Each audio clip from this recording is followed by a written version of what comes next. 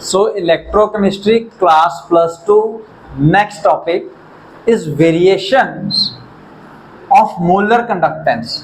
तो सबसे पहले those factors for which the molar conductance vary, they are 3 in number. Nature of electrolyte. Nature of electrolyte को हम इस तरह से समझ सकते हैं, as you all know we have 2 type of electrolyte, strong electrolyte and weak electrolytes. अगर strong electrolyte होंगे तो उनका डिग्री ऑफ डिसोसिएशन ऑलमोस्ट 100% होता है, जिसकी वजह से वो मैक्सिमम आयंस आपको प्रोवाइड करवाएंगे. तो जितने ज्यादा नंबर ऑफ आयंस होंगे, more the number of ions more will be the conductance और मोलर कंडक्टेंस. वीक इलेक्ट्रोलाइट होंगे तो जिनका degree of dissociation he maximum 5% तक होता है, यानी कि डिग्री ऑफ डिसोसिएशन बहुत कम होने की वजह से नंबर ऑफ आयंस बहुत कम होंगे. अगर नंबर ऑफ आयंस कम है तो डेफिनेटली जो कंडक्टेंस होगा आपके इलेक्ट्रोलाइट का वो भी कम होगा. Second, temperature. With increase in temperature, the conductance और बेटर टू से the molar conductance of a solution increases. Why?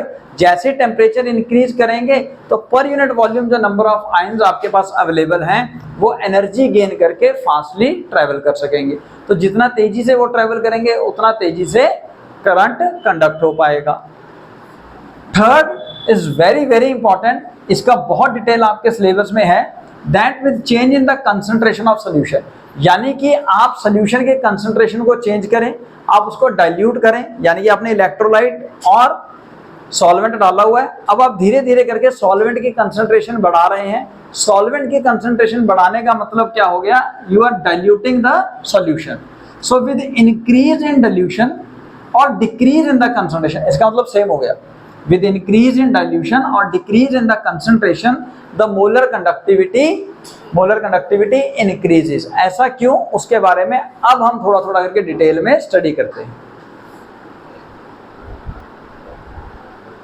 So now we have to study the variation of the conductance, conductivity denoted by kappa, molar conductance denoted by lambda m, equivalent conductance denoted by lambda e with increase in dilution और change in concentration और with decrease in concentration. तो सबसे पहले हम term study करते हैं पुत्र conductance.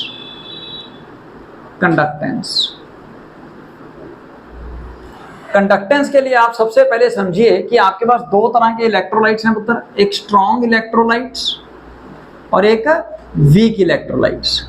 आप इनकी डेफिनेशन को पकड़ के रखिएगा तब आपको ये सारा कुछ समझ में ऑटोमेटिकली आता जाएगा.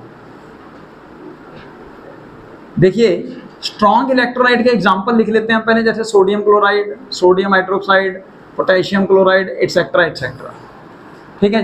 Week electrolytes like acetic acid, carbonic acid, ठीक है, ammonium hydroxide etcetera, they all are the example of weak electrolyte.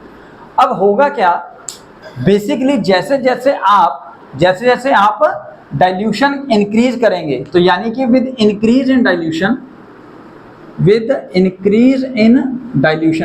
Increase करने का मतलब क्या है, आप कोई भी सॉल्वेंट, सपोज हम वाटर की बात करते हैं, आप वाटर उसके अंदर ऐड कर रहे हैं, वाटर ऐड होने की वजह से डाइल्यूशन इंक्रीज होगा, यानी कि वॉल्यूम इंक्रीज हो जाएगा पुत्र. ठीक है. वॉल्यूम इंक्रीज होने की वजह से सबसे पहले अगर हम स्ट्रॉन्ग इलेक्ट्रोलाइट लें, इन स्ट्रॉन्ग इलेक्ट्रोलाइट्स का जो डिग्री ऑफ डिसोसिएशन है दैट इज ऑलमोस्ट 100%, यानी कि 100% डिसोशिएट हो जाएंगे. 100% डिसोशिएट होने की वजह से यहाँ पे जो आयंस होंगे, सपोज एक कैटायन है, अगर हम बात करें सोडियम और क्लोराइड के, एक कैटायन है एक एनायन है, इनके बीच में strong electrostatic force of attraction है इनिशियली, बट जैसे ही आप इनको डाइल्यूट करोगे, डाइल्यूट करने की वजह से आपका वॉल्यूम इंक्रीज कर जाएगा. वॉल्यूम इंक्रीज होने की वजह से जो कैटायंस और एनायंस हैं they will little bit apart from each other, वो एक दूसरे से थोड़ा ज्यादा दूर हो जाएंगे, जिसकी वजह से इनकी अंदर जो फोर्स ऑफ अट्रैक्शन है वो डिक्रीज हो जाएगी. जैसा आपने पढ़ा भी है कि वाटर का डाइलेक्ट्रिक कांस्टेंट लगभग 81 होता है, तो अगर डाइलेक्ट्रिक कांस्टेंट 81 है तो यानी कि फोर्स ऑफ अट्रैक्शन वो 81 टाइम्स डिक्रीज कर देता है किसी भी आयंस के बीच में, 2 चार्जेस के बीच में. ठीक है. तो यानी कि यहाँ पे क्या होने वाला है, फोर्स ऑफ अट्रैक्शन डिक्रीज हो जाएगी. फोर्स ऑफ अट्रैक्शन डिक्रीज होने की वजह से जो आयंस हैं वो इजीली अवेलेबल हो जाएंगे, यानी कि more easy ions available and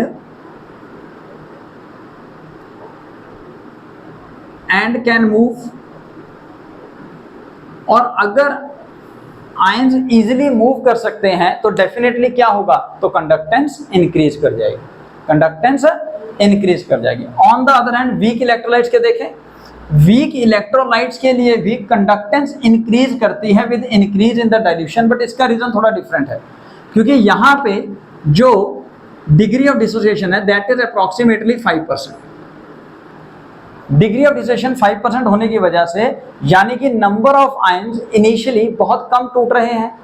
अब जब नंबर ऑफ आयंस कम टूट रहे हैं और आपने डाइल्यूट कर दिया, तो डाइल्यूट करने की वजह से जो डिग्री ऑफ डिसोसिएशन है, जो डिग्री ऑफ डिसोसिएशन है उसकी वैल्यू थोड़ी सी इंक्रीज कर जाएगी। सपोज 5 से 6 या 7% इंक्रीज कर जाएगी, 5 से 6 या 7, मतलब 5% से 6 या 7% तक इंक्रीज करेगी।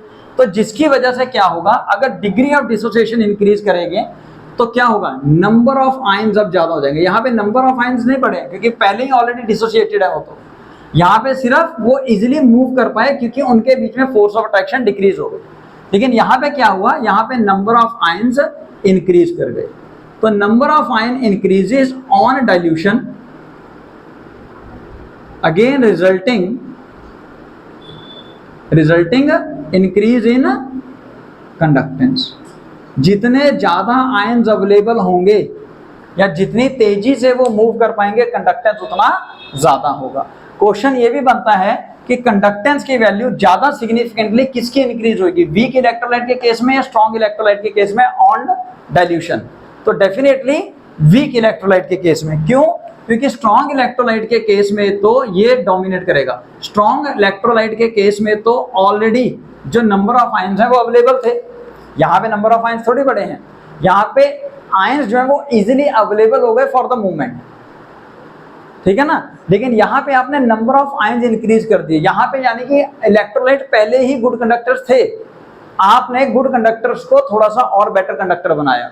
ये इनिशियली बैड कंडक्टर्स थे, नॉट गुड कंडक्टर्स, लेकिन जैसे आपने डाइल्यूशन किया तो ये नंबर ऑफ आयंस बढ़वाने की वजह से ये गुड कंडक्टर हो गए। तो डेफिनेटली हम क्या कहेंगे, वीक इलेक्ट्रोलाइट्स के अंदर with increase in dilution conductance increases and this step dominates. ये प्रोसेस जो है वो डोमिनेट करेगा वीक इलेक्ट्रोलाइट्स में।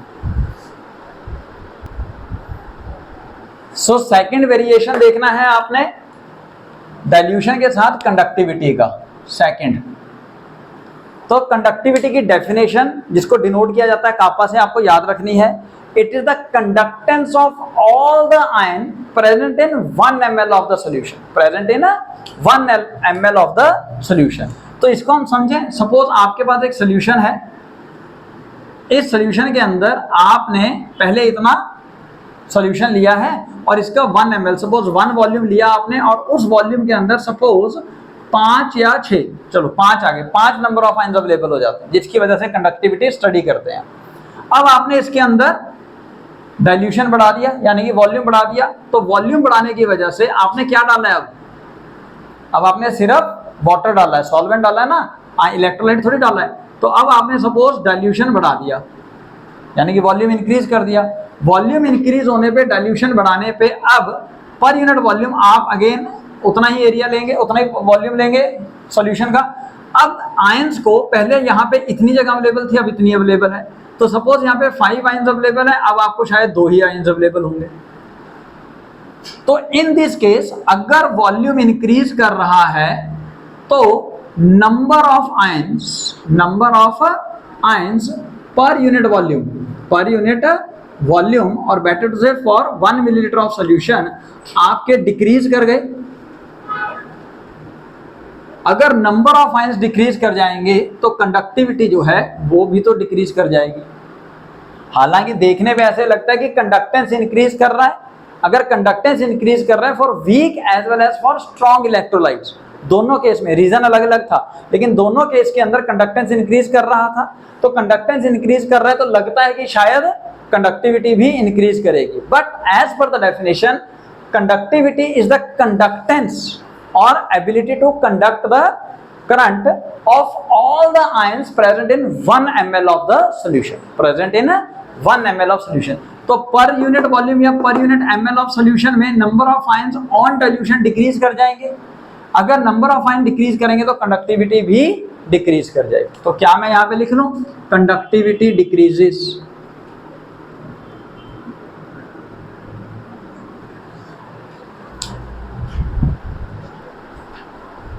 So now variation of a molar conductance with dilution, very very important। अच्छा एक चीज और बताता हूं, उत्तर मोलर कंडक्टेंस और इक्विवेलेंट कंडक्टेंस का इफेक्ट ऑलमोस्ट सिमिलर है ड्यू टू डाइल्यूशन। क्योंकि मोलर कंडक्टेंस का मतलब क्या था, conductance of ions present in the volume of solution which contains 1 mole of electrolyte. और अगर इक्विवेलेंट कंडक्टेंस लेते हो तो conductance of ions present in the volume of solution which contains 1 gram equivalent of the electrolyte. ठीक है जी। अब आपको formula भी याद होगा पुत्र इसका, molar conductivity is equal to kappa conductivity into 1000 divided by molarity, divided by molarity. ठीक है जी। पहले मैं यही समझाता हूं आपको। तो देखिए इसके हिसाब से अगर हम कापा को देखें, पहले डायरेक्टली प्रोपोर्शनल टू कापा है सर जी, कापा जो है वो डिक्रीज हो रहा है विद इंक्रीज इन डाइल्यूशन। तो यानी कि अगर कापा डिक्रीज हो रहा है with increase in dilution, volume increase कर रहा है, वॉल्यूम इंक्रीज करने पे कापा कंडक्टिविटी डिक्रीज हो रही है। क्यों कर रही है अभी हमने देखा है ना। अगर कापा इंक्रीज कर रहे हैं तो इसके हिसाब से सर मोलर कंडक्टिविटी भी डिक्रीज करनी चाहिए, करनी चाहिए नहीं करनी चाहिए। लेकिन आप ध्यान दो फॉर्मूले में एक और फैक्टर है जो आ रहा है, दैट इज कॉल्ड मोलैरिटी। अब मोलैरिटी का फॉर्मूला क्या होता है मतलब number of moles of solute, number of moles of solute dissolved per litre of solution, यानी कि वॉल्यूम ऑफ सोल्यूशन। तो यानी कि molarity is inversely proportional to volume. अब वॉल्यूम अगर इंक्रीज हो रहा है तो मोलैरिटी डिक्रीज करेगी। अगर मोलैरिटी डिक्रीज करेगी तो भैया फिर मोलर कंडक्टिविटी इंक्रीज करनी चाहिए। यानी कि एक जो दूसरा फैक्टर है वो इसके अपोज कर रहा है, मोलैरिटी डिक्रीज तो मोलर कंडक्टिविटी इंक्रीज। तो सर कौन सा फैक्टर होगा जो एक्चुअल रोल प्ले करेगा, उसके लिए हमें एक्सपेरिमेंटल ऑब्जर्वेशंस देखनी पड़ती हैं। और साइंटिस्टों ने एक्सपेरिमेंट्स जब करके देखे तो उन्होंने बाय एक्सपेरिमेंटल फैक्ट्स ये पाया that the molarity factor dominates in this case, dominates over conductivity factor. तो अगर ऐसा है तो क्या होगा, तो सर फिर इसका मतलब मोलर कंडक्टिविटी इंक्रीज करेगी। So it means molar conductivity increases with increase in dilution. तो हम यहां पे लिख लें molar conductivity increases with increase in the dilution. तो पुत्र इक्विवेलेंट कंडक्टेंस का भी वेरिएशन देख लीजिए with dilution. So conductance of all the ions present in the volume of solution which contain 1 gram equivalent of electrolyte. Equivalent conductance का formula था conductivity into 1000 divided bye normality.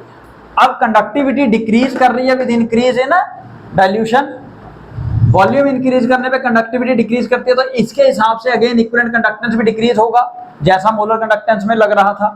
लेकिन यहां पे भी एक और फैक्टर है नॉर्मेलिटी का। Normality is equal to number of gram equivalent upon volume, number of gram equivalent upon volume. अब यहां पे अगर आप वॉल्यूम की बात करें, नंबर ऑफ ग्राम इक्विवेलेंट तो फिक्स कर दोगे ना पुत्र 1 ग्राम इक्विवेलेंट।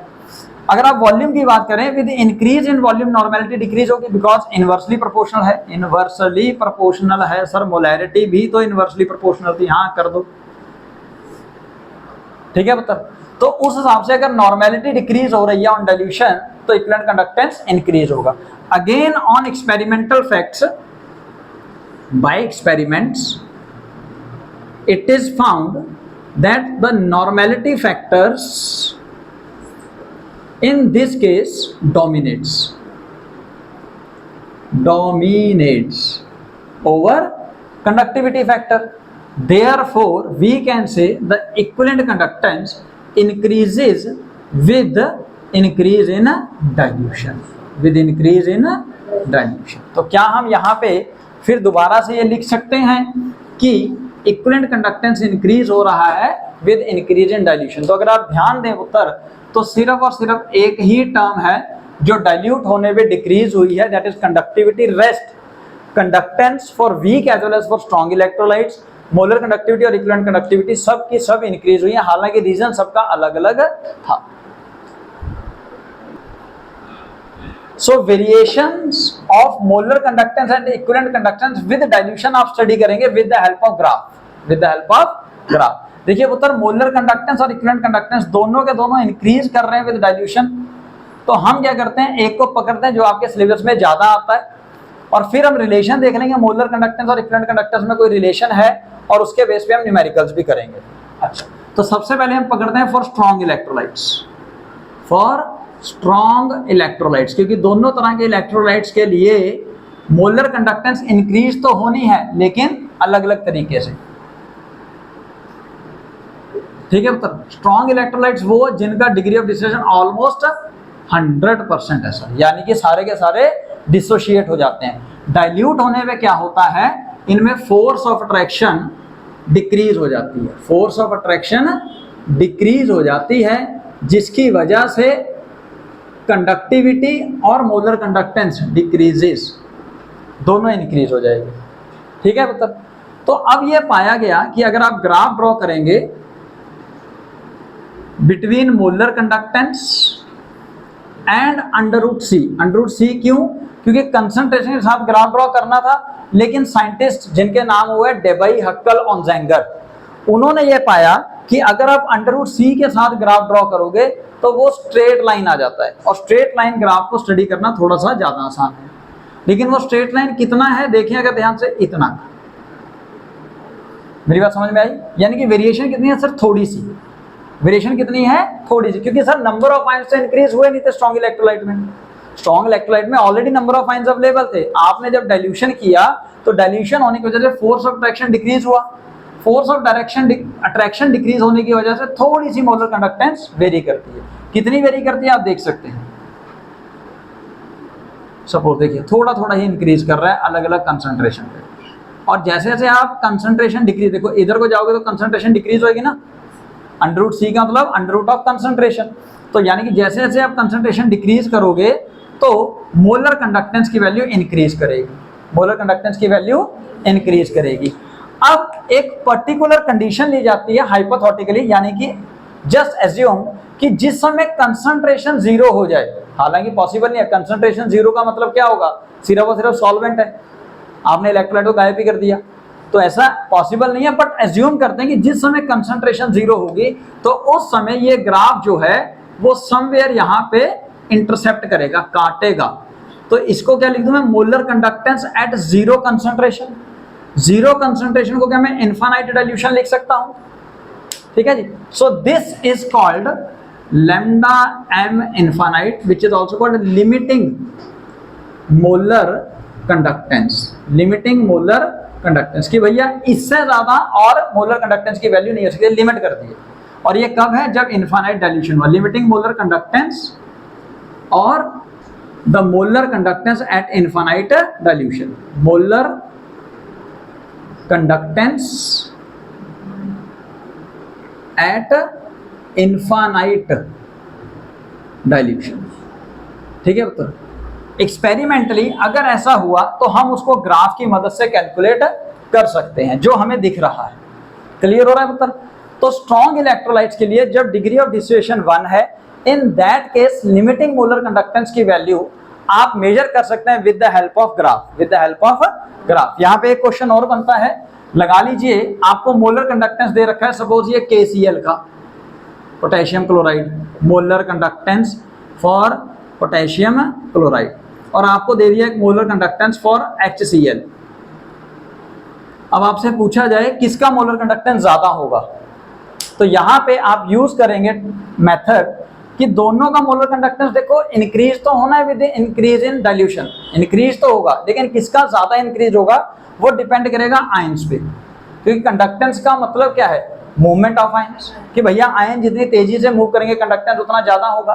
तो यहाँ पे आप देखिए क्लोराइड तो दोनों में सेम है, लेकिन यहाँ पे पोटेशियम है, यहाँ पे हाइड्रोजन है, यहाँ पे H पॉजिटिव आयन आएगा, यहाँ पे K पॉजिटिव आयन आएगा डिसोशिएट होकर। तो सर जिसका मास कम वो डेफिनेटली स्पीड से रन कर पाएगा, यानी कि molar conductance of HCl is more than that of KCl, यानी कि अगर अब मेरे को molar conductance of HCl draw करना है तो वो इससे थोड़ा सा ऊपर कहीं हो सकता है यहां पे। This is for strong electrolytes. तो पुत्र अब आपने ग्राफ देखा है, स्ट्रेट इंक्लाइंड लाइन आया है जिसकी स्लोप क्या है, नेगेटिव है। तो अगर आप इस ग्राफ को रिलेट करो y equal to mx plus c से, ठीक है पुत्र, तो y में आपने क्या लिया sir, molar conductance equal to x में क्या लिया sir, under root c plus c क्या है पुत्र आपका, इंटरसेप्ट। c क्या होता है, इंटरसेप्ट। इंटरसेप्ट कहां हो रहा है सर, लैम्डा m इनफाइनाइट पे। m क्या है, समथिंग कांस्टेंट और स्लोप, m होता है स्लोप। इसकी स्लोप कैसी है पुत्र, नेगेटिव। स्लोप कैसी है, नेगेटिव। देखो अगर ऐसी स्लोप बनती है तो पॉजिटिव, ऐसी बनती है तो नेगेटिव। तो इसके आगे हम एक टर्म लिखते हैं कांस्टेंट b। तो इसको रीअरेंज करके अगर लिखा जाए तो lambda m equal to lambda m nought और infinite minus b under root c। This is the equation given to us by Debye Huckel Onsager. तो ये इक्वेशन डेबाई हक्कल ऑन ज़ेंगर ने दी, इसलिए उनके नाम से ही इसका नाम दिया गया डेबाई हक्कल ऑन ज़ेंगर इक्वेशन। ठीक है बता, इसके अंदर लैम्डा m क्या है, यहां लिखें लैम्डा m क्या है, that is molar conductance at concentration at any concentration. Molar conductance at concentration C। तो कंसंट्रेशन C पे C लिख दोगे ऊपर। सर लैम्डा m नॉट क्या है, molar conductance eight infinite dilution, eight infinite dilution. ठीक है पुत्र, जो कि कांस्टेंट होएगी। अंडर रूट C क्या है सर, कंसंट्रेशन। इसको 1/v भी आप लिख सकते हो, 1/√v। ठीक है जी। सर B क्या है, B is constant which depends upon the nature of solvent। Solvent के अपनी जो प्रॉपर्टीज हैं उसके हिसाब से B की वैल्यू वेरी करेगी, और आपको इस इक्वेशन की मदद से आपको molar conductivity eight any concentration calculate करने में हेल्प मिल सकती है। Now for weak electrolytes whose degree of dissociation is almost 5%, again on dilution, जैसे आप डाइल्यूशन इंक्रीज करोगे यानी कि वॉल्यूम इंक्रीज कर दोगे पुत्र, जैसे वॉल्यूम इंक्रीज करोगे तो नंबर ऑफ आयंस इंक्रीज हो जाएंगे। नंबर ऑफ आयंस इंक्रीज होंगे तो सर मोलर कंडक्टिविटी या इक्विवेलेंट कंडक्टिविटी भी इंक्रीज कर जाएगी। लेकिन वीक इलेक्ट्रोलाइट्स के अंदर एक पर्टिकुलर कंसंट्रेशन के बाद मोलर कंडक्टिविटी एब्रप्टली इंक्रीज कर जाती है। देखिए मोलर कंडक्टिविटी इंक्रीज तो कर रही है कि नहीं कर रही है, ठीक है ना। With increase in dilution molar conductivity increases, but एक पर्टिकुलर कंसंट्रेशन तो एब्रप्टली इंक्रीज करेगी। लेकिन यहाँ एक प्रॉब्लम खड़ी हो गई है, that we are not able to find out the molar conductivity at infinite dilution. So for weak electrolytes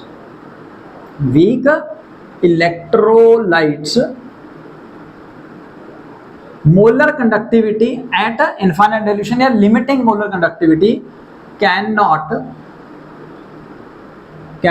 find, हम उसको फाइंड नहीं कर सकते बाय ग्राफ मेथड। तो सर उसके लिए आपके पास एक बहुत ही सुंदर लॉ है, कॉलरश लॉ, जो थोड़ी देर में स्टडी करेंगे।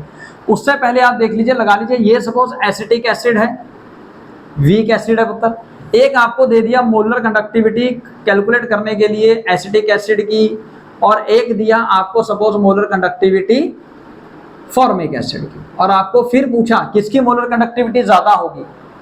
तो सर फिर देख लो, यहां पे किसकी होगी पुत्र, H पॉजिटिव आयन, या H पॉजिटिव आयन तो इस बार कॉमन है, इस बार यहाँ पे एसिटेट आयन आएगा और इधर फॉर्मेट आयन आएगा, इधर एसिटेट आयन आएगा। तो भैया यहाँ पे HCO नेगेटिव है, यहाँ पे CH3CO नेगेटिव है, तो ये हैवी हो गया।